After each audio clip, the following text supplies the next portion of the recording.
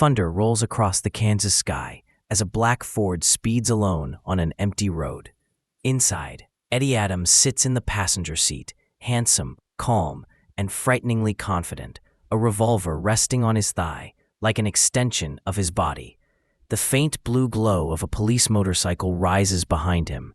His jaw tightens, his eyes narrow. For a second, time freezes.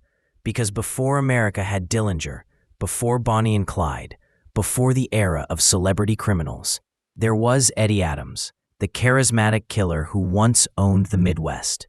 But that story doesn't start in a car.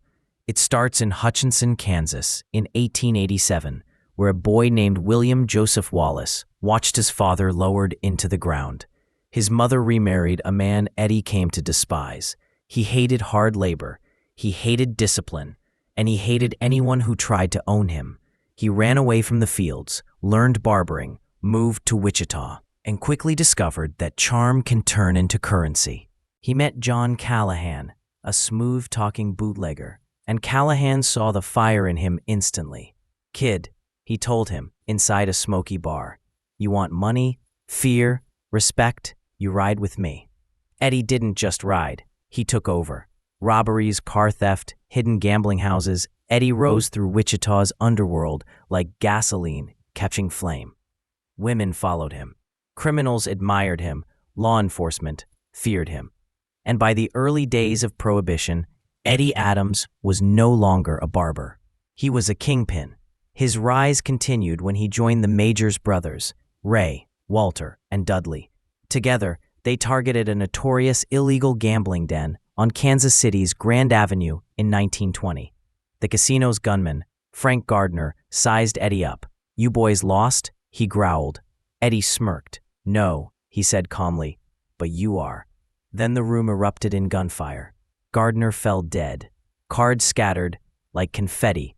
Patrons dove for cover. The Majors brothers panicked. During one robbery, he pistol-whipped an 82-year-old man so brutally, the man later died. Posses chased him across Kansas farmlands, but Eddie always slipped away, leaving behind empty shells and bleeding deputies. He wasn't just escaping justice, he was humiliating it.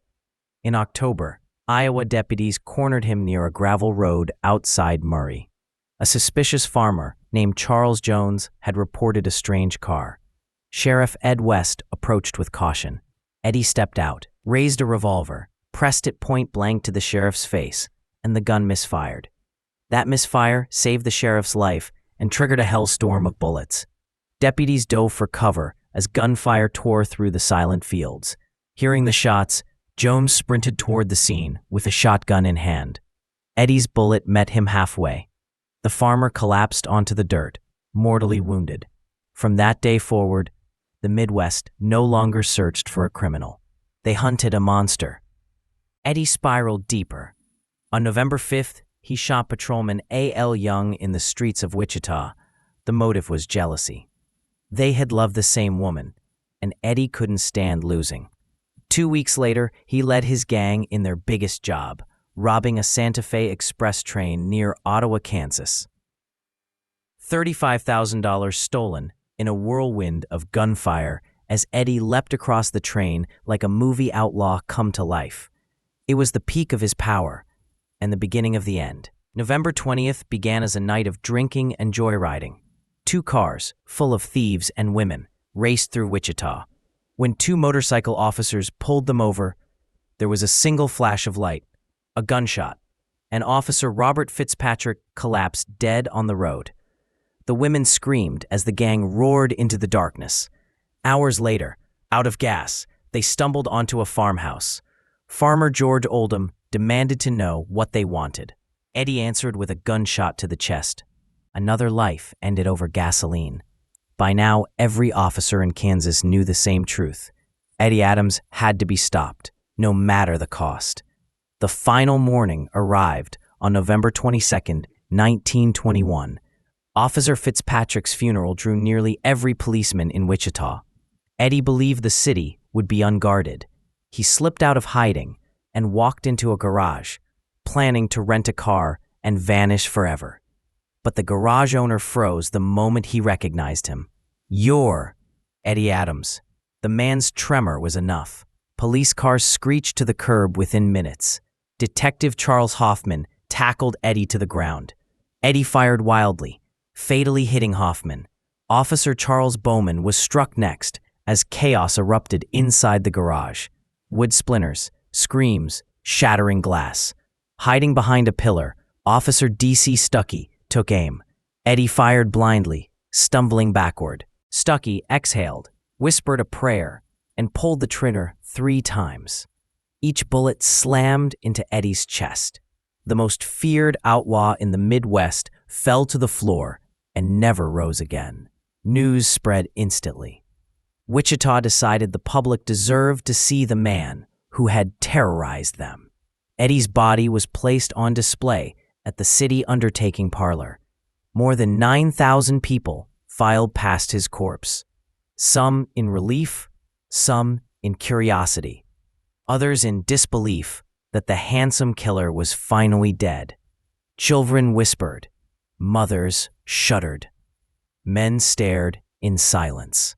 Stuckey exhaled, whispered a prayer, and pulled the trigger 3 times. Each bullet slammed into Eddie's chest. The most feared outlaw in the Midwest fell to the floor and never rose again. News spread instantly. Wichita decided the public deserved to see the man who had terrorized them. Eddie's body was placed on display at the city undertaking parlor.